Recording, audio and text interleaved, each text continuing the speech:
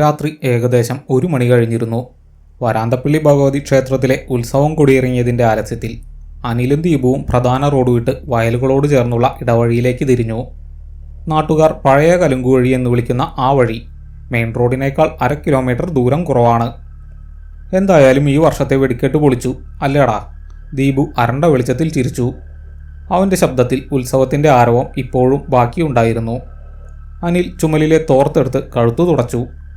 ആഹാ, നിന്റെ വക പോക്കറ്റിൽ നിന്നും കാശൊന്നും പോകാത്തതുകൊണ്ട് നീ പറയും അടുത്ത വർഷം നീ സ്പോൺസർ ചെയ്യണം. അപ്പോഴറിയാം പൊളിച്ചതിൻ്റെ അർത്ഥം. അവർ രണ്ടുപേരും ചിരിച്ചു. പ്രധാന റോഡിൽ നിന്നും അകന്നതോടെ ചുറ്റും നിശബ്ദത കനത്തു. ഉത്സവപ്പറമ്പിലെ മങ്ങിത്തുടങ്ങിയ അനൗൺസ്മെൻറ്റുകൾ നേർത്ത മന്ത്രം പോലെ കേൾക്കാം. വഴിയുടെ ഇരുവശത്തും നെല്ല് കൊയ്തൊഴിഞ്ഞ പാടങ്ങൾ. അങ്ങകലെ കുന്നിൻ മുകളിൽ മൊബൈൽ ടവറിൻ്റെ ചുവന്ന വെളിച്ചം മാത്രം മിന്നിമറഞ്ഞു. ഒരുമാതിരി മൂകമായ വഴിയാണിത്. ദീപു പെട്ടെന്ന് സംസാരം നിർത്തി. ഇരുട്ട് കട്ട പിടിച്ചിരിക്കുകയാണോ എന്ന് ഒരു സംശയം. അതൊക്കെ നിന്റെ തോന്നലാ. അനിൽ തോളിൽ തട്ടി. കണ്ണു നിറയെ ലൈറ്റുകൾ കണ്ടിട്ട് വന്നതിൻ്റെയാ. ഇവിടെ ലൈറ്റുമില്ല, ബഹളവുമില്ല. അത്രയേ ഉള്ളൂ. വേഗം നടക്ക്, വീട്ടിലെത്തി ഉറങ്ങണം. അവർ നടത്തതിൻ്റെ വേഗത കൂട്ടി. ഇടയ്ക്ക് പാറക്കൂട്ടങ്ങൾക്കിടയിലൂടെ ഒഴുകിയെത്തുന്ന തോടിൻ്റെ നേർത്ത ശബ്ദം മാത്രം. അപ്പോഴാണ് അത് സംഭവിച്ചത്. അവരുടെ മുന്നിലൂടെയുള്ള വഴിയിൽ ഒരു കലുങ്കിനടുത്ത് നിലാവില്ലാത്ത ആ ഇരുട്ടിൽ ഒരു നിഴൽ പോലെ എന്തോ അനങ്ങി. ഒരു മനുഷ്യരൂപം തന്നെയായിരിക്കാം. പാതിരാത്രിയിൽ വഴിപോക്കർ ഉണ്ടാകുന്നത് അസാധാരണമല്ല. അവിടെ ഒരാൾ നിൽക്കുന്നുണ്ടല്ലോ, ദീപു പതിഞ്ഞ സ്വരത്തിൽ പറഞ്ഞു. നമ്മളെ നോക്കുകയാണോ? അനിൽ കണ്ണുകൾ കൂർപ്പിച്ചു നോക്കി. രൂപത്തിന് വ്യക്തതയില്ല. ഒരുപക്ഷെ കലുങ്കിലിരിക്കുകയാവാം. അവർ കൂടുതൽ അടുത്തെത്തി. അനിൽ സംസാരിക്കാൻ വായ തുറന്നതും ആ രൂപം തലയുയർത്തി. പെട്ടെന്ന് നിഴൽ രൂപത്തിൻ്റെ ദിശയിൽ നിന്നും ഒരു വിളി കേട്ടു. അനിൽ. ദീപുവിൻ്റെ ശബ്ദം. അനിൽ ഞെട്ടി ദീപുവിനെ നോക്കി. എന്താടാ? ദീപു പരിഭ്രമിച്ചു. ഞാനൊന്നും പറഞ്ഞില്ലല്ലോ, വേറെ ആരോ ആണ് വിളിച്ചത്. അനിലിൻ്റെ നെഞ്ചിൽ ഒരാന്തൽ അനുഭവപ്പെട്ടു.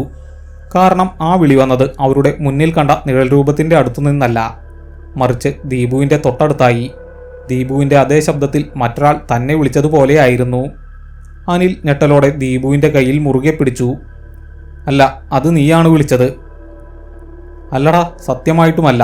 ദീപുവിൻ്റെ ശബ്ദം വിറച്ചു. അപ്പോഴേക്കും ആ നിഴൽ രൂപം മെല്ലെ, കാൽമുട്ടുകൾ വളയ്ക്കാതെ, വായുവിൽ ഉയരുന്നതുപോലെ മുന്നോട്ട് നീങ്ങാൻ തുടങ്ങി. വീണ്ടും ആ വിളി. ഇത്തവണ ദീപുവിൻ്റെ ശബ്ദത്തിന് ഒരു നേർത്ത പ്രതിധ്വനി ഉണ്ടായിരുന്നു. അനിൽ ആ ശബ്ദം കേട്ട ദിശയിലേക്ക് തല തിരിച്ച നിമിഷം ആ നിഴൽ രൂപം അത് നേരെ കലുങ്കിൻ്റെ കൈവരിയിലേക്ക് ചാരി ഒരു സ്ത്രീയുടെ രൂപത്തിലേക്ക് മാറി. കൈകൾ നീട്ടി അവരെ അടുത്തേക്ക് ക്ഷണിച്ചു. അവളുടെ മുഖം നിഴലിലായിരുന്നെങ്കിലും അവളുടെ കഴുത്തിൽ കിടന്ന ഒരു പഴയ തുരുമ്പിച്ച ലോക്കറ്റ് മാത്രം ഏതോ ഒരു അജ്ഞാത വെളിച്ചത്തിൽ തിളങ്ങി നിന്നു. അനിലിൻ്റെ ഓർമ്മയിൽ ആ ലോക്കറ്റ് വളരെ പരിചിതമായിരുന്നു. അവൻ ശ്വാസമടക്കി പിടിച്ച് ആ രൂപത്തെ നോക്കി. ഇതൊരു സാധാരണ വഴിപോക്കനല്ല. അനിലിൻ്റെ മനസ്സ് പൂർണ്ണമായും നിശ്ചലമായിരുന്നു. കണ്ണുകൾക്ക് മുന്നിൽ കണ്ട ദൃശ്യം അവൻ്റെ യുക്തിബോധത്തെ കീഴ്മേൽ മറിച്ചു. ദീപു നിലവിളിച്ചതും അവർ ഒരു നിമിഷം പോലും അവിടെ നിന്നില്ല. രക്ഷപ്പെടാനുള്ള ഒരേയൊരു ചിന്തയിൽ അവർക്ക് എവിടെ നിന്നോ ഒരു ഊർജം ലഭിച്ചു. ജീവൻ രക്ഷിക്കാനുള്ള ഓട്ടമായിരുന്നു പിന്നെ. ഓട് ദീപു. അനിൽ ദീപുവിൻ്റെ കയ്യിൽ പിടിച്ച് മുന്നോട്ട് കുതിച്ചു. പിന്നിൽ നിന്ന് ആ സ്ത്രീ രൂപം പിന്തുടരുന്നുണ്ടോ എന്നറിയാൻ തിരിഞ്ഞു നോക്കാൻ പോലും അവർ ധൈര്യപ്പെട്ടില്ല. ചെളിയും കല്ലും നിറഞ്ഞ ആ ഇടവഴിയിൽ കാലിടറി വീഴാതെ ഓടാൻ അവർ കഷ്ടപ്പെട്ടു. ഓട്ടത്തിനിടയിൽ അവർക്കൊന്നും സംസാരിക്കാൻ കഴിഞ്ഞിരുന്നില്ല. ഭയം അവരുടെ തൊണ്ടയിൽ കുരുങ്ങിക്കിടന്നു. ഏകദേശം 5 മിനിറ്റോളം നീണ്ട ജീവൻ മരണ ഓട്ടത്തിന് ശേഷം അവർ ഗ്രാമത്തിലെ അടുത്തുള്ള കവലയിലെത്തി. അവിടെ ഒരു ചായക്കടയുടെ മുന്നിൽ പാതിരാത്രിയിലും കത്തുന്ന ഒരു ബൾബുണ്ടായിരുന്നു. ആ വെളിച്ചം കണ്ടപ്പോൾ മാത്രമാണ് അവർക്ക് ശ്വാസം നേരെ വീണത്. അവർ കിതച്ചുകൊണ്ട് ബൾബിന് താഴെ നിന്നു. അനിലിൻ്റെ നെഞ്ചിടിപ്പ് ചെണ്ടമേളം പോലെ കേൾക്കാമായിരുന്നു. എന്തായിരുന്നു അത്? ദീപു തറയിലിരുന്ന് ശ്വാസം വലിച്ചെടുത്തു. അവൻ്റെ മുഖം വിളറി വെളുത്തിരുന്നു. എനിക്കറിയില്ലടാ. അനിൽ ചുമരിൽ ചാരി നിന്നു. പക്ഷേ ആ വിളി, അത് നിന്റെ ശബ്ദമായിരുന്നു. നിന്റെ അതേ ശബ്ദം. ദീപു ഞെട്ടലോടെ അനിലിനെ നോക്കി. എൻ്റെ ശബ്ദം നിന്നെ വിളിച്ചു. പക്ഷേ ആ രൂപം എങ്ങനെയുണ്ടായിരുന്നു എന്ന് നീ ശ്രദ്ധിച്ചോ?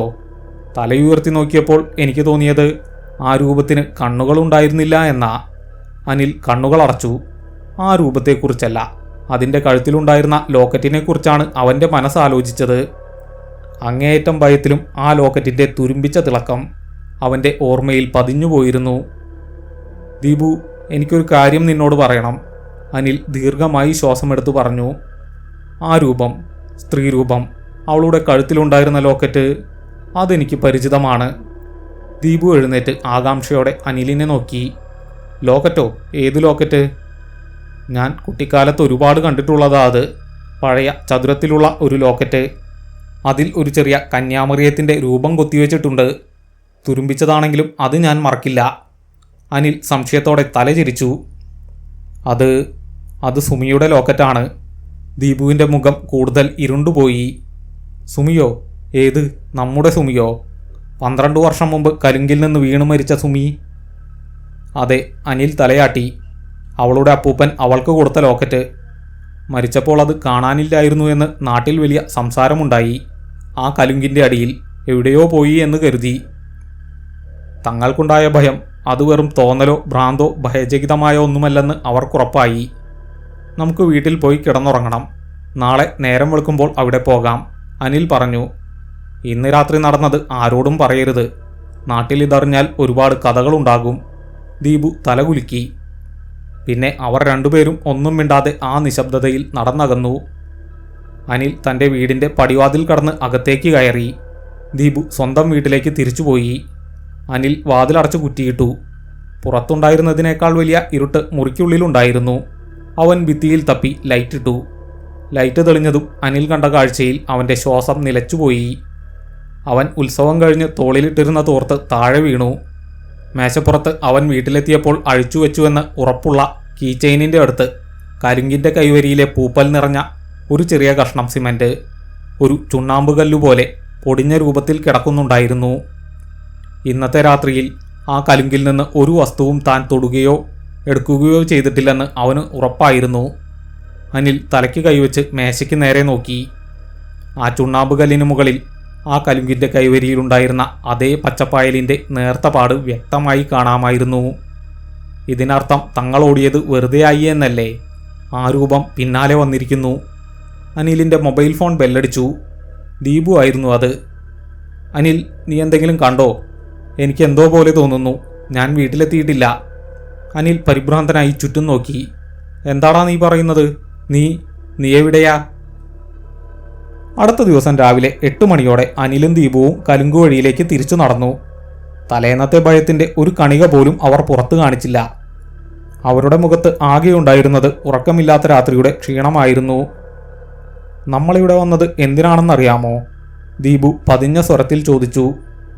ഇന്നലെ നമ്മൾ കണ്ടത് സത്യമാണോ എന്നറിയാൻ വേണ്ടി മാത്രം. ഒരുപക്ഷെ അത് വെറും തോന്നൽ മാത്രമായിരുന്നെങ്കിലോ? തോന്നലായിരുന്നെങ്കിൽ പിന്നെ എങ്ങനെയാണ് ആ പായൽ കഷ്ണം എൻ്റെ മേശപ്പുറത്ത് വന്നത്? അനിൽ അവൻ്റെ വീട്ടിലെ മേശപ്പുറത്ത് കണ്ട കല്ലിൻ കഷ്ണത്തെക്കുറിച്ച് ഓർമ്മിപ്പിച്ചു.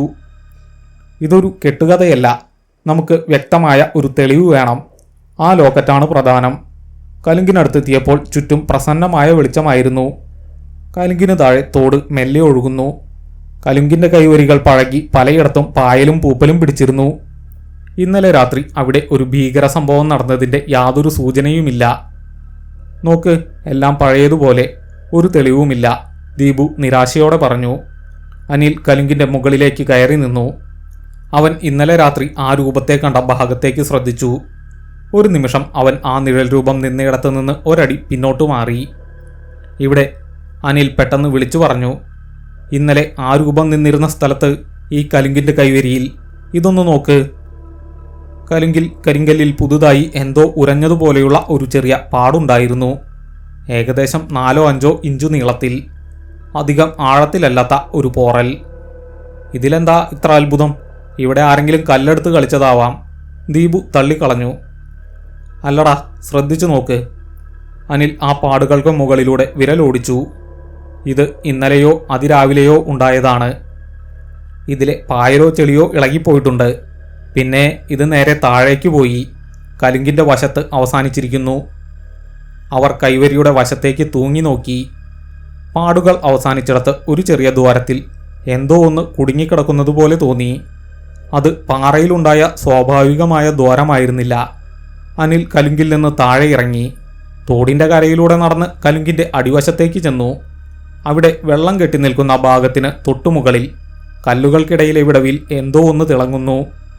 അനിൽ ധൈര്യസമേതം മുന്നോട്ട് ചെന്ന് കൈയിട്ട് ആ വസ്തു എടുത്തു. അതൊരു തുരുമ്പിച്ച ലോഹമായിരുന്നു. ഒരു ചതുരത്തിലുള്ള ലോക്കറ്റിൻ്റെ പകുതി. അതിൽ കൊത്തിവെച്ച കന്യാമറിയത്തിൻ്റെ ചിത്രം മങ്ങിക്കാണാമായിരുന്നു. ലോക്കറ്റ്. ദീപു വിളിച്ചു പറഞ്ഞു, ഇത് സുമിയുടെ ലോക്കറ്റാണ്. മുഴുവനില്ലെങ്കിലും ഇതവളുടേതാണ്. അനിലിൻ്റെ കൈ വിറച്ചു. ഇന്നലെ രാത്രി തങ്ങൾ കണ്ടത് മിഥ്യയായിരുന്നില്ല. ആ രൂപം യഥാർത്ഥത്തിൽ സുമിയായിരുന്നോ? അവൾ കാണിച്ച ലോക്കറ്റ് ഇപ്പോൾ തങ്ങളുടെ കയ്യിൽ. ഈ ലോക്കറ്റ് എന്തുകൊണ്ടാണ് അവൾ തങ്ങളെ കാണിച്ചത്? അവളുടെ മരണം ഒരു സാധാരണ അപകടമരണമായിരുന്നോ? അതോ അവർക്ക് ഈ സംഭവത്തെക്കുറിച്ച് കൂടുതൽ അറിയേണ്ടിയിരുന്നു? സുമിയുടെ മരണശേഷം നാട്ടിൽ പ്രചരിച്ച കഥകൾ വെറും കിംവദന്തികളാണോ? അതോ അതിനു പിന്നിൽ എന്തെങ്കിലും രഹസ്യമുണ്ടോ? അവർ ഉടൻ തന്നെ നാട്ടിലെ പഴക്കം ചെന്ന ചായക്കട ലക്ഷ്യമാക്കി നടന്നു. കടയുടെ ഉടമയായ ഭാസ്കരൻ ചേട്ടന് ഈ നാട്ടിലെ ഏത് കഥയെക്കുറിച്ചും അറിയാമായിരുന്നു. ഭാസ്കരൻ ചേട്ടൻ അവരെ കണ്ടപ്പോൾ ചിരിച്ചു. എന്താ പിള്ളേരെ, ഉത്സവം കൊണ്ടിട്ടുള്ള ക്ഷീണം ഇതുവരെ മാറിയില്ലേ? രാവിലെ തന്നെ എങ്ങോട്ടാ ഈ ഓട്ടം? ദീപു മറുപടി പറഞ്ഞു.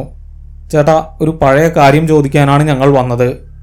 ഒരു 12 വർഷം മുമ്പ് ആ പഴയ കലിങ്കിനടുത്ത് നടന്ന ഒരു അപകടമരണം, സുമിയുടേത്, അതിൻ്റെ ലോക്കറ്റ്. ഭാസ്കരൻ ചേട്ടൻ്റെ മുഖത്തെ ചിരി മാഞ്ഞു. അയാൾ അടുപ്പിലെ കനലിലേക്ക് നോക്കി ദീർഘമായി നിശ്വസിച്ചു. നിങ്ങളിപ്പോഴും ആ കുട്ടിയെക്കുറിച്ചാണോ സംസാരിക്കുന്നത്? ആ കുട്ടിയുടെ ലോക്കറ്റ്, അതൊരു ദുരൂഹതയായി ഇപ്പോഴുമുണ്ട്. അന്നത്തെ പോലീസ് കേസ് വെറും വെള്ളത്തിൽ വീണ മരണമെന്നെഴുതി തള്ളി. പക്ഷേ സുമി നീന്തൽ അറിയുന്ന കുട്ടിയായിരുന്നു. അതുമാത്രമല്ല, ആ ലോക്കറ്റ്, അവൾക്ക് അവളുടെ അപ്പൂപ്പൻ കൊടുത്ത ജീവനെപ്പോലെ കൊണ്ടു നടന്ന ആ ലോക്കറ്റ്, അത് മൃതദേഹത്തിലുണ്ടായിരുന്നില്ല. അത് കാണാനില്ലായിരുന്നു. ഭാസ്കരൻ ചേട്ടൻ അവരെ സൂക്ഷിച്ചു നോക്കി. അല്ല, ആ ലോക്കറ്റിനെക്കുറിച്ച് നിങ്ങൾക്കിപ്പോൾ എന്തിനാണ് അറിയേണ്ടത്? അനിൽ കയ്യിലുള്ള തുരുമ്പിച്ച ലോക്കറ്റിൻ്റെ കഷ്ണം പുറത്തെടുത്തു. ചേട്ടാ, ഇതാ. ഭാസ്കരൻ ചേട്ടൻ ഞെട്ടലോടെ ആ കഷ്ണം വാങ്ങി. ലോക്കറ്റിൻ്റെ തുരുമ്പിച്ച രൂപവും കൊത്തുപണിയും കണ്ടതും അയാളൊന്ന് പുറകോട്ട് മാറി. അയ്യോ, ഇതെവിടെ നിന്ന് കിട്ടി നിങ്ങൾക്ക്? ഇതാണ് ആ ലോക്കറ്റ്, സുമിയുടെ. അയാൾ ലോക്കറ്റ് തിരികെ കൊടുത്തിട്ട് പറഞ്ഞു, ഇതവൾ ജീവനെപ്പോലെ കൊണ്ടു നടന്നതായിരുന്നു. ഇത് തിരികെ കിട്ടിയത് എന്തോ ഒരു സൂചനയാണ്. ആ കുട്ടിയുടെ ആത്മാവിന് ശാന്തി കിട്ടിയിട്ടില്ല എന്നാണ് ആളുകൾ പറയുന്നത്. കലിങ്കിലിപ്പോഴും അവളുണ്ടെന്ന് പലരും പറയുന്നുണ്ട്. ഭാസ്കരൻ ചേട്ടൻ വേഗം അടുക്കളയിലേക്ക് പോയി. തിരികെ വന്നപ്പോൾ അയാളുടെ കയ്യിൽ ഒരു താക്കോൽക്കൂട്ടം ഉണ്ടായിരുന്നു. സുമിയുടെ വീടിൻ്റെ അടുത്ത് അവളുടെ അപ്പൂപ്പൻ്റെ ഒരു പഴയ പുരയിടമുണ്ട്. അവിടെ ഒരു കിണറുണ്ട്. അവളുടെ അപ്പൂപ്പൻ മരിക്കുന്നതിനു മുമ്പ് സുമിക്ക് പ്രിയപ്പെട്ടതെല്ലാം ആ കിണറിനരികിൽ ഒരു പെട്ടിയിൽ സൂക്ഷിച്ചിട്ടുണ്ട് എന്ന് പറഞ്ഞിരുന്നു. ഈ ലോക്കറ്റ് തിരികെ കിട്ടിയ സ്ഥിതിക്ക് നിങ്ങളൊന്ന് പോയി നോക്കണം. അവളുടെ ആത്മാവ് എന്തെങ്കിലും പറയാൻ ശ്രമിക്കുന്നുണ്ടെങ്കിൽ അത് അവിടെ ഉണ്ടാകും. അവർ താക്കോൽ വാങ്ങി. നേരം ഇരുട്ടിത്തുടങ്ങുന്നതിനു മുമ്പ് ആ പഴയ പുരയിടത്തിലേക്ക് യാത്ര തിരിച്ചു. സുമിയുടെ കഥയ്ക്ക് പിന്നിൽ എന്തോ ദുരൂഹത ഒളിഞ്ഞിരിപ്പുണ്ടെന്ന് അവർക്കുറപ്പായി. അവർ പുരയിടത്തിലെത്തി. കാട് പിടിച്ചു കിടന്ന ആ പഴയ കിണറിൻ്റെ അടുത്ത് ചെന്നു. കിണറിൻ്റെ അരികെ ഇടിഞ്ഞുപോയിരുന്നു. അനിൽ താക്കോലെടുത്ത് കിണറിൻ്റെ കല്ല് കെട്ടിയ ഭാഗത്തേക്ക് സൂക്ഷിച്ചു നോക്കി. കല്ലുകൾക്കിടയിൽ ഒരു പഴയ മരപ്പെട്ടി ഒളിപ്പിച്ചു വെച്ചതായി കണ്ടു. അനിൽ ഞെട്ടലോടെ വിമലിനെ നോക്കി. പെട്ടിയുടെയുണ്ട്. അവൻ വളരെ പാടുപെട്ട് മരപ്പെട്ടി പുറത്തെടുത്തു. പഴയ പൂട്ട് തുരുമ്പ് താക്കോൽ വെച്ച് തുറക്കാൻ ശ്രമിച്ചു. കുറച്ച് സമയത്തിന് ശേഷം അത് തുറന്നു. അകത്തൊരു പിടി പഴയ കത്തുകളും ഉണങ്ങിയ പൂക്കളും ഉണ്ടായിരുന്നു. പക്ഷേ ഏറ്റവും അടിയിലായി ഒരു തുണിയിൽ പൊതിഞ്ഞ നിലയിൽ മറ്റൊരു സാധനം. അനിൽ വിറയ്ക്കുന്ന കൈകളോടെ ആ തുണി അഴിച്ചു. അതൊരു ചെറിയ ഡയറി ആയിരുന്നു, സുമിയുടേത്. അതിലെ അവസാന താളിൽ എഴുതിയിരുന്നത് ഒരൊറ്റ വരി മാത്രം. എനിക്കറിയാമായിരുന്നു അവൻ എന്നെ ചതിക്കുമെന്ന്. ഇവിടെ കലിങ്കിൽ വെച്ച് അവനെ ഞാൻ നേരിടാൻ പോവുകയാണ്. അനിൽ ആ ഡയറി വിറയലോടെ തുറന്നു പിടിച്ചു. പേജുകൾ മറിഞ്ഞപ്പോൾ ഏറ്റവും ഒടുവിലത്തെ താളിൻ്റെ പുറകിൽ പേനയുടെ മഷി ഉണങ്ങാത്തതുപോലെ മറ്റൊരു വരി കൂടി അവരെ നോക്കി ചിരിക്കുന്നുണ്ടായിരുന്നു. നിങ്ങൾ രണ്ടുപേരെയും ഞാൻ കാത്തിരിക്കുന്നു, കലുങ്കിൽ വെച്ച്. സുമിയുടെ ഡയറിയിലെ ആ അവസാനത്തെ വരികൾ വായിച്ച ശേഷം അനിലും ദീപുവും താൽക്കാലികമായി നിശബ്ദരായി പോയിരുന്നു. വൈകുന്നേരം തങ്ങളുടെ വീട്ടിലിരുന്ന് ഒരു സാധാരണ ഡയറി ആയിരിക്കുമെന്ന് കരുതിയ ആ പഴയ തുണിയും ആ കത്തുകളും ഡയറിയും അവർ മേശമേൽ നിരത്തിവെച്ചു. സുമിയുടെ കൈപ്പട അവരിൽ ഭയം മാത്രമല്ല കൗതുകവും ജനിപ്പിച്ചു. ഇവിടെ വാചകങ്ങൾ മുറിഞ്ഞിരിക്കുന്നു. അനിൽ ഡയറി വിറയ്ക്കുന്ന കൈകളോടെ വിമലിന് നേരെ നീട്ടി. അവൻ എന്നെ ചതിക്കുമെന്ന്. ഇവിടെ വെച്ച്, കലിങ്കിൽ വെച്ച് ഞാൻ അവനെ നേരിടാൻ പോവുകയാണ്. ഇത് സുമിയുടെ ആത്മഹത്യാക്കുറിപ്പല്ല. ഇതൊരു കൊലപാതകത്തിന് തൊട്ടുമുമ്പ് എഴുതിയ കുറ്റസമ്മതമാണ്. ദീപു ഞെട്ടലോടെ ഡയറി വാങ്ങി. ആദ്യത്തെ പേജ് മുതൽ മറിച്ചു നോക്കി. പക്ഷേ ആരാണ് ഈ അവൻ? സുമി ആരുടെയും പേരെഴുതിയിട്ടില്ല. നമ്മൾക്കറിയാവുന്ന ആരെങ്കിലും ആയിരിക്കുമോ? ഡയറി മുഴുവൻ വായിച്ചു നോക്കാം, അനിൽ നിർദ്ദേശിച്ചു. ഇത്രയും കാലം ശാന്തമായി കിടന്ന ഒരു ദുരന്തം നമ്മൾ ആ വഴിയിലൂടെ നടന്നപ്പോൾ വീണ്ടും ഉണർന്നിരിക്കുന്നു. നമ്മളെന്താണ് ചെയ്യേണ്ടതെന്ന് അവളുടെ ആത്മാവ് പറയുന്നുണ്ടാകണം. അടുത്ത 2 മണിക്കൂർ അവർ സുമിയുടെ ഡയറിയിൽ മുഴുകി. അവൾ ചെറുപ്പത്തിലെഴുതിയ നിഷ്കളങ്കമായ കുറിപ്പുകൾ. അതിലെ അവസാനത്തെ 1 മാസത്തെ താളുകൾ തീർത്തും വ്യത്യസ്തമായിരുന്നു. അത് നിറയെ ഒരാളോടുള്ള തീവ്രമായ സ്നേഹത്തെക്കുറിച്ചും അതിനുശേഷം ആ സ്നേഹം നൽകിയ കടുത്ത വേദനയെക്കുറിച്ചുമുള്ള വിവരണങ്ങളായിരുന്നു. അവനെപ്പോലെ ഒരാളെ ഇനി ഞാൻ കാണില്ല. എൻ്റെ ലോകം അവനാണ്. അവൻ്റെ കണ്ണുകളിലെ പ്രണയം സത്യമാണ് എന്ന് എനിക്കറിയാം. അവൻ എന്നോട് പറഞ്ഞത് വീട്ടിലെതിർപ്പുണ്ടെങ്കിലും നമ്മൾ ഒരുമിക്കുമെന്നാണ്. എൻ്റെ ലോക്കറ്റ് പോലും അവനാണ് എപ്പോഴും താലോലിച്ചിരുന്നത്. അനിൽ ആ ഭാഗം വായിച്ചു നിർത്തി. ലോക്കറ്റ്, അവൻ എപ്പോഴും താലോലിച്ചിരുന്ന ലോക്കറ്റ്, അതുതന്നെയാണ് നമ്മൾ ഇന്നലെ കണ്ടത്. ഡയറിയുടെ പിന്നാലെ അവർ അവൻ്റെ പേര് കണ്ടെത്തി. പേരിന് പകരം പേജിൻ്റെ ഒരു മൂലയിൽ എഴുതി പലതവണ വെട്ടിമാറ്റിയ ഒരക്ഷരം സാ. സതീശൻ? ദീപു പതിയെ പറഞ്ഞു. നമ്മളെക്കാൾ 5 വയസ്സ് മൂത്ത സതീശൻ? അവൻ ഉത്സവം നടത്തിപ്പിൽ മുൻപന്തിയിലായിരുന്നില്ലേ? അവൻ്റെ വീട് ഈ വഴിക്കടുത്തു തന്നെയല്ലേ? അനിൽ ഞെട്ടിപ്പോയി. സതീശൻ. സുമിയുടെ മരണം നടന്നതിന് ശേഷം സതീശൻ ഒരു വിദേശ കമ്പനിയിൽ നല്ല ജോലിയുണ്ടെന്ന് പറഞ്ഞ് പെട്ടെന്ന് നാടുവിട്ടു പോയിരുന്നു. നാട്ടുകാർ അതൊരു സാധാരണ കാര്യമായി കരുതി. സതീശൻ, അവൻ സുമിയുമായി പ്രണയത്തിലായിരുന്നുവെന്ന് ആരും തന്നെ അറിഞ്ഞിരുന്നില്ല. അനിൽ ആത്മകഥം ചെയ്തു. അവൻ ഒരുപാട് സമ്പന്നനും നാട്ടുകാർക്ക് പ്രിയപ്പെട്ടവനുമായിരുന്നു. സുമിയൊരു സാധാരണ കുടുംബത്തിൽ നിന്നുള്ളവളായിരുന്നു. അവരുടെ ബന്ധം അവനെ സംബന്ധിച്ചിടത്തോളം ഒരു രഹസ്യമായിരുന്നിരിക്കണം. ഡയറിയുടെ അവസാനത്തെ ആളുകളിലേക്ക് അവർ കൂടുതൽ ശ്രദ്ധിച്ചു. ഇന്ന് അവൻ എന്നെ ഒഴിവാക്കാൻ ശ്രമിച്ചു. അവൻ്റെ വീട്ടിൽ നിന്ന് വന്ന ആലോചനയെക്കുറിച്ച് എന്നോട് പറഞ്ഞില്ല. എൻ്റെ ലോക്കറ്റെടുത്ത് ഞാൻ പ്രണയത്തിലല്ല എന്ന് സത്യം ചെയ്യാൻ പറഞ്ഞു. ഞാൻ കരഞ്ഞുപോയി. നമ്മുടെ രഹസ്യം പുറത്തു വന്നാൽ നിനക്കെന്താ പ്രശ്നമെന്ന് ഞാൻ ചോദിച്ചു. അവൻ എന്നെ ഭീഷണിപ്പെടുത്തി. എൻ്റെ കയ്യിലുള്ള അവസാനത്തെ രഹസ്യം നശിപ്പിച്ചാൽ എന്നെ വെറുതെ വിടാമെന്ന് പറഞ്ഞു. അവസാനത്തെ രഹസ്യമോ? അതെന്തായിരിക്കും? ദീപു ചോദിച്ചു. അത് നശിപ്പിക്കാൻ വേണ്ടിയായിരിക്കണം സതീശൻ സുമിയുമായി കലിങ്കിൽ വെച്ച് കൂടിക്കാഴ്ച നടത്തിയത്. അനിൽ വീണ്ടും ഡയറിയിലെ വരികളിലേക്ക് നോക്കി. നോക്ക് ദീപു, അവൻ ചൂണ്ടിക്കാണിച്ചു. സുമി ആ രഹസ്യം ഡയറിയിൽ എവിടെയോ ഒളിപ്പിച്ചു വെച്ചിട്ടുണ്ട്. എനിക്കറിയാമായിരുന്നു അവൻ എന്നെ ചതിക്കുമെന്ന്. എന്നെഴുതിയ ശേഷം ഈ പേജുകൾ വെറും തുണിയോ പൂക്കളോ ഉപയോഗിച്ച് മറച്ചു പിടിച്ചിരിക്കുകയായിരുന്നു. അവൾ ഡയറിയിൽ തന്നെ അതിനുള്ള സൂചന നൽകിയിട്ടുണ്ടാവാം. അവർ ഡയറിയിലെ പേജുകൾ സൂക്ഷ്മമായി പരിശോധിച്ചു. ഓരോ പേജും വിരൽത്തുമ്പുകൊണ്ട് തടവി നോക്കി. അപ്പോഴാണ് ഡയറിയുടെ പുറംചട്ടയിലെ തുണി വിടർത്തി ഒട്ടിച്ചു വെച്ച ഭാഗം അനിൽ ശ്രദ്ധിച്ചത്. അവൻ ആ തുണി പതിയെ അടർത്തി മാറ്റി. തുണിയുടെ അടിയിൽ ഡയറിയുടെ കാർഡ്ബോർഡിനുള്ളിൽ ഒരു ചെറിയ പോക്കറ്റ് ഉണ്ടാക്കി. അതിൽ ഭംഗിയായി മടക്കി വെച്ച ഒരു തുണ്ട് കടലാസ്.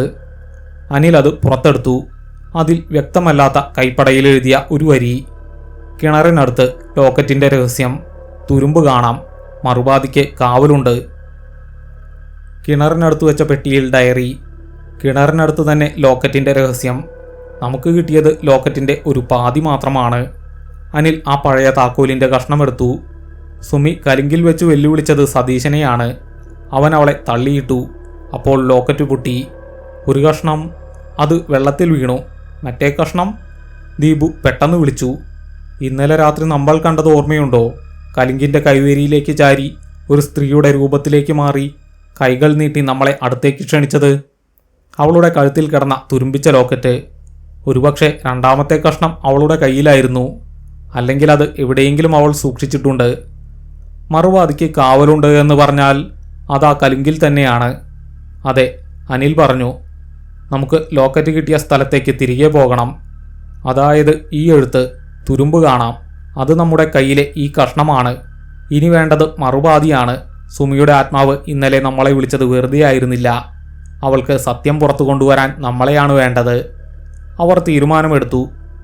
ഇന്ന് രാത്രി വീണ്ടും കലിങ്കിൽ പോകണം, ഒരു പ്രേതത്തെ നേരിടാൻ വേണ്ടി. രാത്രി 11 കഴിഞ്ഞിരുന്നു. അനിലും ദീപുവും കലുങ്കു വഴിയിലേക്ക് തിരിഞ്ഞപ്പോൾ അവരുടെ കയ്യിൽ ഒരു ടോർച്ചും രാവിലെ കിട്ടിയ ലോക്കറ്റിൻ്റെ പാതിയും ഡയറിയും ഉണ്ടായിരുന്നു. ഇന്നലെ ഓടിയപ്പോൾ ഉണ്ടായ ഭയത്തേക്കാൾ വലുത് സത്യമറിയാനുള്ള ഭ്രാന്തമായ വെമ്പലായിരുന്നു. ഇരുട്ട് കട്ടപിടിച്ച അന്തരീക്ഷത്തിൽ പഴയ കലുങ്ക് ഭീകരമായി തോന്നി. അതിൻ്റെ കൈവരികൾ ശാന്തമായി കിടന്നു. ഇന്നലത്തെ പോലെ ചുറ്റും നിശബ്ദത മാത്രം. പക്ഷെ ദൂരെ എവിടെയോ ആ വയലുകൾക്കപ്പുറം ഒരു നോട്ടം തങ്ങളെ പിന്തുടരുന്നുണ്ടെന്ന് അവർക്ക് തോന്നി. നമുക്ക് കിട്ടിയ ലോക്കറ്റിൻ്റെ കഷ്ണം ഉപയോഗിച്ച് എവിടെയെങ്കിലും ഒരു വിടവുണ്ടോ എന്ന് നോക്കണം, ദീപു പതിഞ്ഞ സ്വരത്തിൽ പറഞ്ഞു. സുമി മറുപാതിക്ക് കാവലുണ്ട് എന്ന് പറഞ്ഞത് ഈ സ്ഥലത്തെക്കുറിച്ചായിരിക്കും. അവർ ടോർച്ചിൻ്റെ വെളിച്ചത്തിൽ കലുങ്കിൻ്റെ കൈവരികൾ പരിശോധിച്ചു. ഓരോ കല്ലും ഓരോ വിള്ളലും അവർ നോക്കി. കുറച്ച് സമയത്തിന് ശേഷം ലോക്കറ്റിൻ്റെ ആദ്യ കഷ്ണം കിട്ടിയ ഭാഗത്തിന് തൊട്ടടുത്തായി കൈവരിയുടെ അടിവശത്ത് ലോഹത്തിൻ്റേതുപോലെയുള്ള ഒരു നേർത്ത വിടവ് ദീപു കണ്ടെത്തി. ഇവിടെ, ദീപു വിളിച്ചു പറഞ്ഞു. ഇതൊന്നു നോക്ക്. വിടവിൻ്റെ ആകൃതി ഒരു താക്കോൽ ദ്വാരം പോലെയായിരുന്നു. ലോക്കറ്റിൻ്റെ ആദ്യ കഷ്ണം വെച്ച് നോക്കിയപ്പോൾ അത് ആ ദ്വാരത്തിൽ കൃത്യമായി ഒതുങ്ങി. എന്നാൽ തുറക്കാനോ നീക്കാനോ കഴിഞ്ഞില്ല. ഇത് തുറക്കണമെങ്കിൽ മറ്റേ പാതി കൂടി വേണം. അനിൽ നിരാശനായി. മറ്റേ പാതി അവളുടെ കയ്യിലാണെങ്കിൽ അവൾ അതെവിടെ ഒളിപ്പിച്ചു? അനിൽ തിരികെ തോടിൻ്റെ കരയിലേക്ക് പോയി. ഇന്നലെ രാത്രി ആ രൂപം തനിക്ക് നേരെ കൈകൾ നീട്ടിയ സ്ഥലം ഓർത്തെടുത്തു. ദീപു, ലോക്കറ്റിൻ്റെ മറുപാതി വെള്ളത്തിൽ വീണെങ്കിൽ ഇത്രയും കാലം അത് അതേപടി ഇവിടെ തന്നെ കാണുമോ? അനിൽ ചോദിച്ചു. സുമിക്ക് നീന്തൽ അറിയാമായിരുന്നു, അവൾക്ക് വേണമെങ്കിൽ എടുക്കാമായിരുന്നു, ദീപു പറഞ്ഞു. ഒരുപക്ഷെ ആ കഷ്ണം സതീശൻ്റെ കയ്യിലായിരിക്കും. അവനത് നശിപ്പിച്ചും കാണും. അപ്പോഴാണ് അനിലിൻ്റെ തലയിൽ മിന്നായം പോലെ ഒരു ചിന്ത കടന്നുപോയത്. ഡയറിയിൽ അവസാനത്തെ രഹസ്യമെന്ന് പറഞ്ഞിരുന്നു. അത് ലോക്കറ്റായിരുന്നില്ല, ലോക്കറ്റിൽ ഒളിപ്പിച്ച മറ്റെന്തോ ആയിരുന്നു. അവർ വീണ്ടും ഡയറി എടുത്തു. അവസാനത്തെ എഴുത്തിൽ അവൻ രക്ഷപ്പെടാൻ ശ്രമിച്ചു എന്നൊരു വരിയുണ്ടായിരുന്നു. അവൻ എന്നെ തള്ളിയിട്ട് വെള്ളത്തിലേക്ക് വീഴ്ത്തി. ഞാൻ മുങ്ങുന്നതിനു മുമ്പ് എൻ്റെ ലോക്കറ്റ് അഴിച്ചെടുത്ത് എങ്ങനെയോ അത് കലുങ്കിലെ കല്ലുകൾക്കിടയിൽ ഒളിപ്പിച്ചു. അവൻ എന്നെ തേടുകയാണ്. അവൻ കണ്ടുപിടിച്ചാൽ രഹസ്യം നഷ്ടപ്പെടും. ഞാൻ അവനെ നേരിടാൻ പോവുകയാണ്. അനിൽ ആ നിഴൽ രൂപം നിന്നിരുന്ന ഭാഗത്തേക്ക് നടന്നു. കൈവരിയിലെ പൂപ്പൽ നിറഞ്ഞ ഒരു ചെറിയ വിടവിൽ അവൻ കൈയിട്ടു. ഒരു കല്ലിളകി മാറി. അതിനടിയിൽ വളരെ ശ്രദ്ധയോടെ ഒളിപ്പിച്ചു വെച്ച ഒരു ചെറിയ തുണിസഞ്ചി. തുണിസഞ്ചി അഴിച്ചു നോക്കിയപ്പോൾ അതിനുള്ളിൽ ലോക്കറ്റിൻ്റെ മറ്റേ പാതി ഉണ്ടായിരുന്നു. ദീപു, കിട്ടി, ഇതാ മറുപാതി. അനിലിൻ്റെ ശബ്ദം ആവേശത്താൽ ഉയർന്നു. അവർ തിരികെ ദീപു കണ്ടെത്തിയ ലോക്കറ്റ് ദ്വാരത്തിനരികിലേക്ക് ഓടിച്ചെന്നു. അനിൽ ലോക്കറ്റിൻ്റെ 2 പാതികളും ചേർത്ത് ആ ദ്വാരത്തിൽ തിരുകി. അത് കൃത്യമായി അതിലൊതുങ്ങി. അവർ അത് തിരിച്ചു.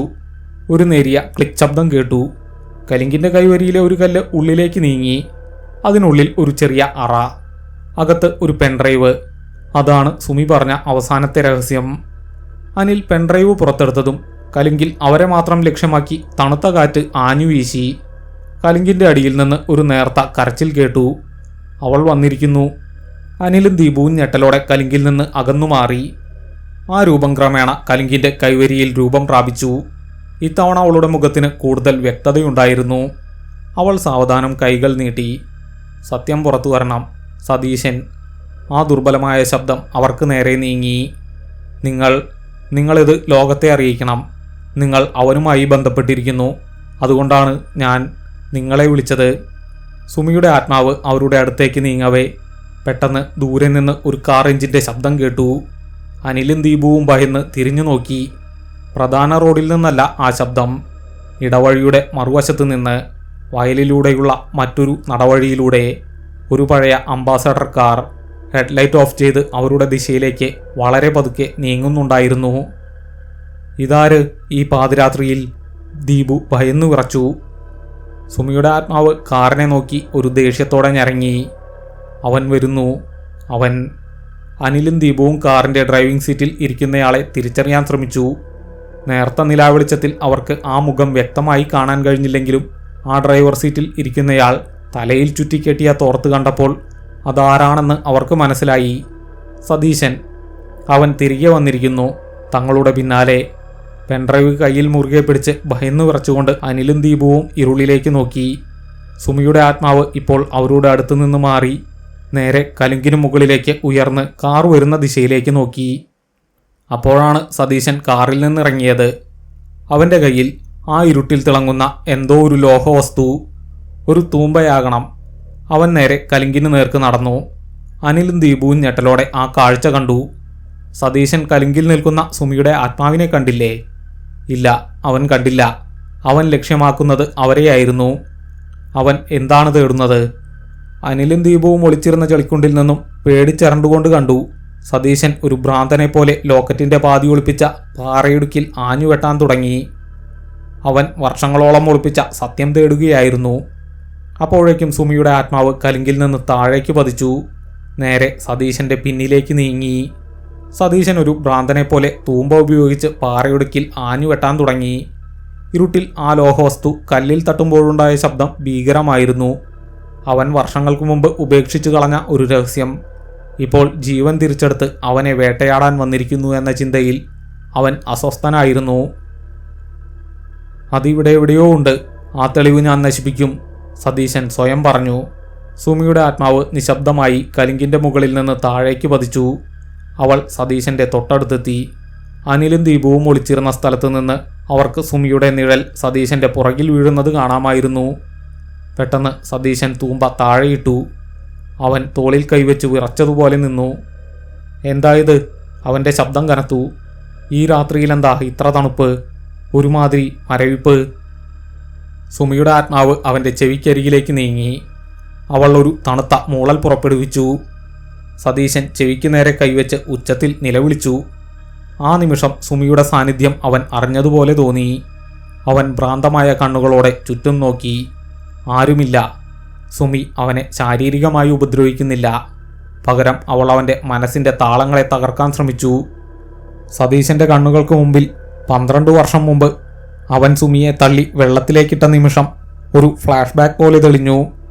അവൻ്റെ മുഖം വിയർത്തു. കാലുകൾക്ക് ബലം കിട്ടുന്നില്ല. ഈ സമയമാണ് അനിലും ദീപുവും രക്ഷപ്പെടാനുള്ള ഒരേയൊരു അവസരമായി കണ്ടത്. അവർ വളരെ സാവധാനം ഇഴഞ്ഞുകൊണ്ട് വയലുകളുടെ മറവിലൂടെ കവല ലക്ഷ്യമാക്കി നീങ്ങി. അവരുടെ ലക്ഷ്യം ഒന്നേയുള്ളൂ, പെൻഡ്രൈവിലെ തെളിവ് സുരക്ഷിതമാക്കുക. അവർ തിരിഞ്ഞു നോക്കിയപ്പോൾ സതീശൻ ഭയന്നു വിറച്ച് കലുങ്കിൽ നിന്ന് ഇറങ്ങി ഓടാൻ ശ്രമിക്കുന്നതാണ് കണ്ടത്.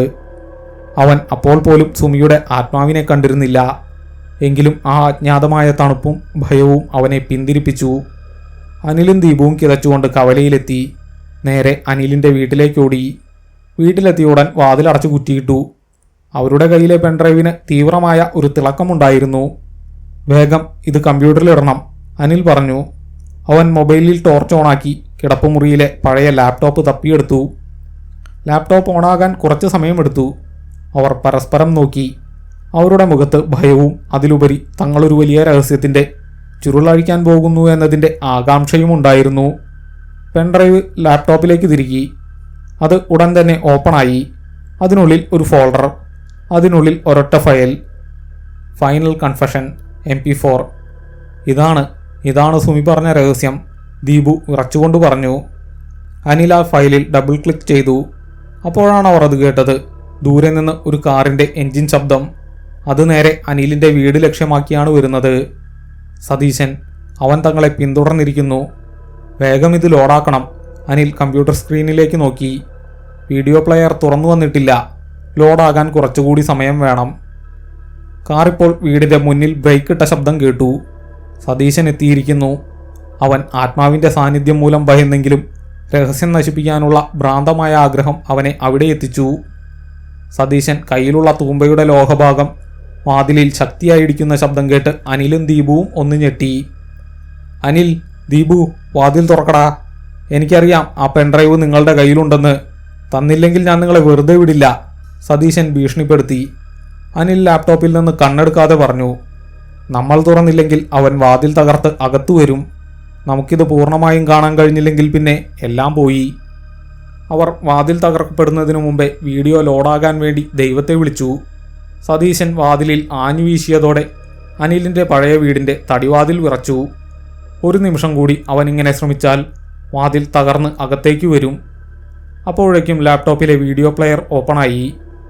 ആ video final confession MP4 play ആയി. സ്ക്രീനിൽ നേർത്ത നിലാവെളിച്ചത്തിൽ സുമിയെ കാണാം. അവൾ പഴയ കലിങ്കിനടുത്ത് നിൽക്കുന്നു. വീഡിയോയുടെ ആംഗിൾ സൂചിപ്പിച്ചത് അവൾ ഒരു മൊബൈൽ ഫോണോ അല്ലെങ്കിൽ ഒരു ചെറിയ ക്യാമറയോ മറച്ചുവെച്ച് റെക്കോർഡ് ചെയ്യുകയായിരുന്നു എന്നാണ്. ഞാനിത് റെക്കോർഡ് ചെയ്യുന്നത് എൻ്റെ സുരക്ഷയ്ക്ക് വേണ്ടിയാണ്. എനിക്കറിയാം അവൻ വരുന്നുണ്ടെന്ന്. ഈ കലിങ്കിൽ വെച്ച് അവൻ എന്നെ ചതിക്കില്ലെന്ന് ഞാൻ വിശ്വസിച്ചു. പക്ഷേ ഇനി എനിക്ക് രക്ഷപ്പെടാൻ കഴിയില്ല. അങ്ങനെയാണെങ്കിൽ ലോകം സത്യമറിയണം. വീഡിയോയിൽ സുമി വിതുമ്പി. അപ്പോഴേക്കും വാതിലിൽ സതീശൻ്റെ ശക്തമായൊരു ചവിട്ട്. വാതിൽ ഒരൽപ്പം വിടർന്നു. ലോക്ക് ഇളകി. വീഡിയോ തുടർന്നു. അതിൽ നിന്ന് സതീശൻ്റെ ശബ്ദം. സുമി, നീ എന്തിനാണ് എന്നെ ഭീഷണിപ്പെടുത്തുന്നത്? ഈ നാണക്കേട് എനിക്ക് താങ്ങാൻ കഴിയില്ല. എൻ്റെ എൻഗേജ്മെൻറ്റ് തീരുമാനിച്ചു കഴിഞ്ഞു. നിന്നെ വിവാഹം കഴിക്കാൻ എനിക്ക് കഴിയില്ല സുമി. സുമി, അപ്പോൾ നിങ്ങളെന്നെ ചതിക്കുകയായിരുന്നോ? എന്നെ സ്നേഹിക്കുന്നതായി അഭിനയിക്കുകയായിരുന്നോ? ഞാൻ നിങ്ങൾക്ക് വേണ്ടി എൻ്റെ ജീവിതം കളഞ്ഞത് നിങ്ങൾക്കൊരു വിഷയമേ അല്ലേ? സതീശൻ, നീ ഗർഭിണിയായി എന്ന് പറഞ്ഞത് എന്നെ ബ്ലാക്ക്മെയിൽ ചെയ്യാൻ വേണ്ടിയല്ലേ? എൻ്റെ കുടുംബത്തിൻ്റെ പേര് നീ കളങ്കപ്പെടുത്തരുത്. ആ പെൻഡ്രൈവ് എവിടെ? നീ പകർത്തിയ ആ തെളിവ് അതെനിക്ക് തന്നാൽ ഞാൻ നിന്നെ വെറുതെ വിടാം. അതായിരുന്നു സുമിയുടെ അവസാനത്തെ രഹസ്യം. സുമിക്കുണ്ടായ ഗർഭം, അത് സതീശൻ്റെ കുടുംബത്തിന് ഉണ്ടാക്കാമായിരുന്ന നാണക്കേട്, അതായിരുന്നു അവളുടെ കൊലപാതകത്തിന് കാരണം. സുമി ലോക്കറ്റ് ഊരിയെടുത്തു. ഞാൻ ഈ ലോക്കറ്റിനെ സ്നേഹിച്ചതുപോലെ നിങ്ങളെയും സ്നേഹിച്ചു. ഇത് കളങ്കപ്പെട്ടാൽ എനിക്ക് ജീവിക്കണ്ട. പക്ഷേ നിങ്ങളെന്നെ വെറുതെ വിട്ടില്ലെങ്കിൽ ഈ രഹസ്യം പുറത്തുവിടും. അടുത്ത നിമിഷം സതീശൻ സുമിയുടെ നേർക്ക് പാഞ്ഞെടുക്കുന്നതും മൊബൈൽ ഫോൺ കലിങ്കിൻ്റെ അടിയിലേക്ക് തെറിച്ചു വീഴുന്നതും ദൃശ്യമായി. പിന്നാലെ വെള്ളത്തിലെന്തോ വീഴുന്ന ശബ്ദവും സുമിയുടെ അവസാനത്തെ നിലവിളിയും കേട്ടു. വീഡിയോ അവസാനിച്ചു. അനിലും ദീപുവും ഞെട്ടിത്തെറിച്ചുപോയി. അവർ കണ്ടത് ഒരു പഴയ പ്രേതകഥയായിരുന്നില്ല. അത് വ്യക്തമായ തെളിവുകളുള്ള ഒരു കൊലപാതകത്തിൻ്റെ ദൃശ്യമായിരുന്നു. ഇത് മതി, പോലീസ് സ്റ്റേഷനിൽ കൊടുക്കണം, അനിൽ ലാപ്ടോപ്പ് എടുത്തുകൊണ്ട് പറഞ്ഞു. അപ്പോഴേക്കും വീടിൻ്റെ പ്രധാന വാതിൽ ശക്തിയായി തകർന്ന് അകത്തേക്ക് വീണു. കയ്യിൽ തൂമ്പയുമായി സതീശൻ വിയർത്ത് ഭ്രാന്തമായ കണ്ണുകളോടെ മുന്നിൽ നിൽക്കുന്നു. നിങ്ങൾ കണ്ടിരിക്കുന്നു, നിങ്ങൾക്കറിയാമെല്ലാം. എനിക്ക് തെളിവ് നശിപ്പിക്കാൻ കഴിഞ്ഞില്ലെങ്കിൽ ഇനി നിങ്ങളാണടുത്തത്. സതീശൻ തൂമ്പ ഉയർത്തി. ആ പെൻഡ്രൈവ് എനിക്ക് തന്നേക്ക്, അല്ലെങ്കിൽ നിങ്ങൾ ഈ വീട്ടിൽ നിന്ന് ജീവനോടെ പുറത്തു പോകില്ല. അനിലും ദീപുവും ഭയന്ന് വീടിൻ്റെ ഒരു മൂലയിലേക്ക് ഓടി.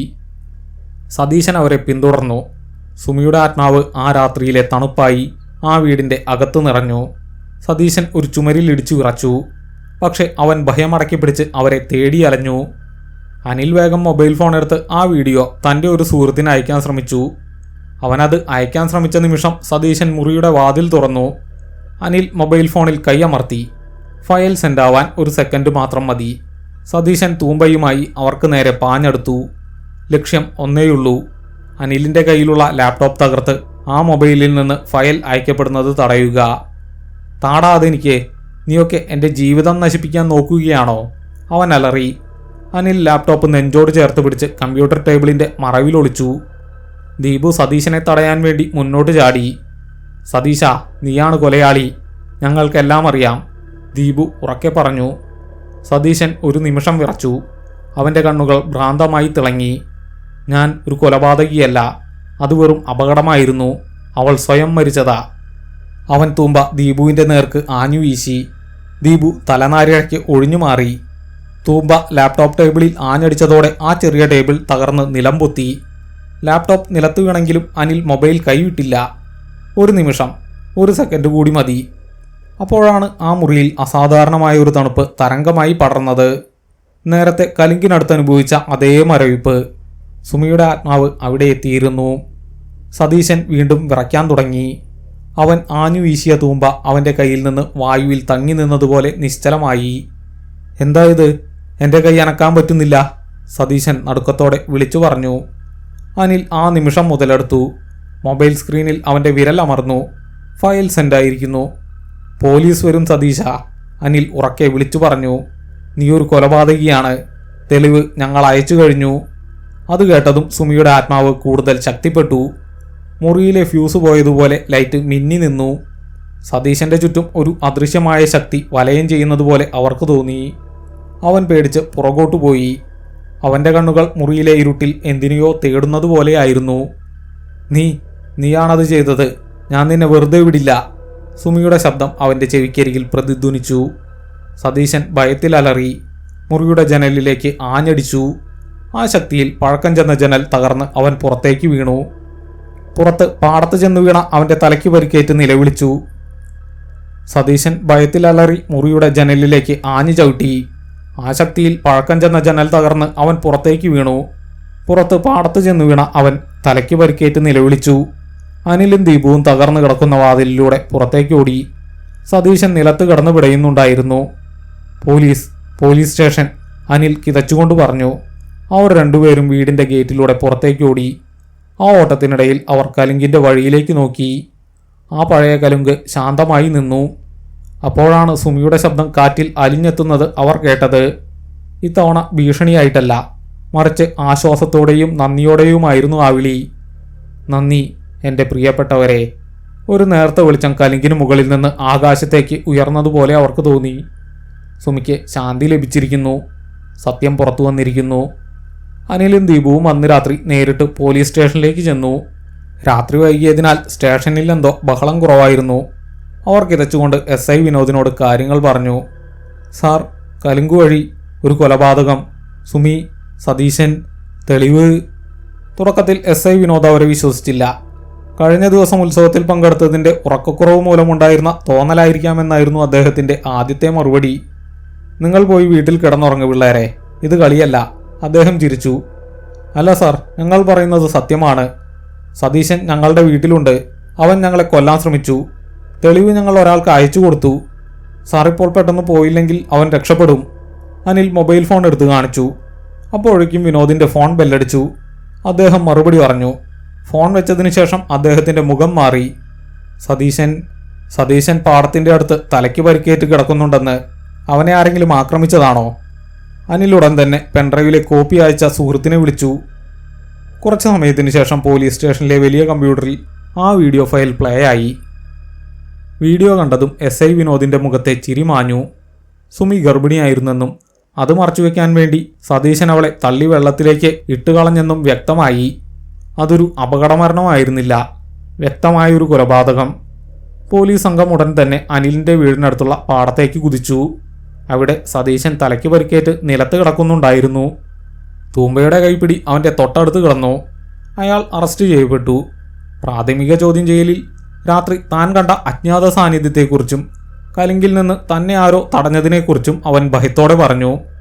ആ കഥയൊന്നും വിശ്വസിക്കാതെ പോലീസ് അവനെ ലോക്കപ്പിലാക്കി. സുമിക്ക് നീന്തൽ അറിയാമായിരുന്നിട്ടും എങ്ങനെ മുങ്ങി മരിച്ചു എന്ന ചോദ്യത്തിന് അവളുടെ ഗർഭധാരണം അവൾക്ക് കൂടുതൽ സമ്മർദ്ദം നൽകിയിരിക്കാമെന്നും സതീശൻ്റെ ആക്രമണം കാരണം വെള്ളത്തിൽ നിന്ന് കരയ്ക്ക് കയറാൻ കഴിഞ്ഞില്ലെന്നും കാണിച്ച് പോലീസ് കേസ് റിപ്പോർട്ട് ചെയ്തു. ലോക്കറ്റിൻ്റെ 2 കഷ്ണങ്ങളും സുമിയുടെ ഡയറിയും വീഡിയോയും തെളിവുകളായി പോലീസ് സ്റ്റേഷനിലെ മേശപ്പുറത്ത് കിടന്നു. അനിലും ദീപുവും വീണ്ടും ആ പഴയ കലുങ്കിൻ്റെ വഴിയിലൂടെ നടന്നു. ഇത്തവണ ഭയമുണ്ടായിരുന്നില്ല, പകരം നീതി കിട്ടിയതിൻ്റെ ശാന്തതയായിരുന്നു. സുമിക്ക് സമാധാനം കിട്ടിക്കാണുമല്ലേ? ദീപു ചോദിച്ചു. കിട്ടിയിരിക്കും. അനിൽ ആ കലുങ്കിന് നേരെ നോക്കി. അവൾ ഒരുപാട് കാലം കാത്തിരുന്നിട്ടുണ്ടാകണം നമ്മൾ ആ വഴിക്ക് വരാൻ വേണ്ടി. അവൾക്ക് വേണ്ടത് സത്യം പുറത്തു വരിക എന്നതായിരുന്നു.